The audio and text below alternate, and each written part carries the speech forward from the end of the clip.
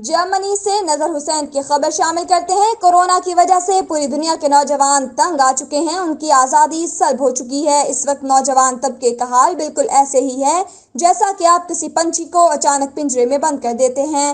पहले तो वो इर्द गिर्द का जायजा लेता है, जब उसे यकीन हो जाता है कि वो एक पिंजरे में कैद हो चुका है, उसकी आज़ादी सल्ब हो चुकी है, तो वो पिंजरे से आज़ादी के लिए फड़फड़ाता है। बिल्कुल ऐसे ही जर्मनी के शहर फ्रैंकफर्ट में कोरोना पार्टी का एहतमाम किया गया, जिसमें तकरीबन 3000 अफराद ने हिस्सा लिया।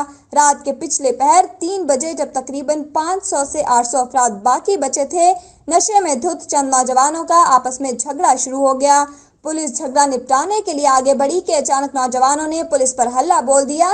पुलिस पर खाली बोतलों और कचरे के डिब्बों से हमला किया गया।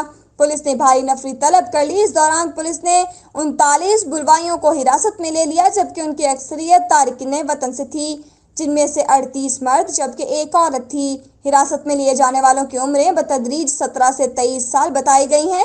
फ्रैंकफर्ट की पुलिस ऑफिसर्स का कहना है कि इस तरह के तशद्दुद का फौरन किलाकुमा किया जाए, ये नाकाबिले कबूल है।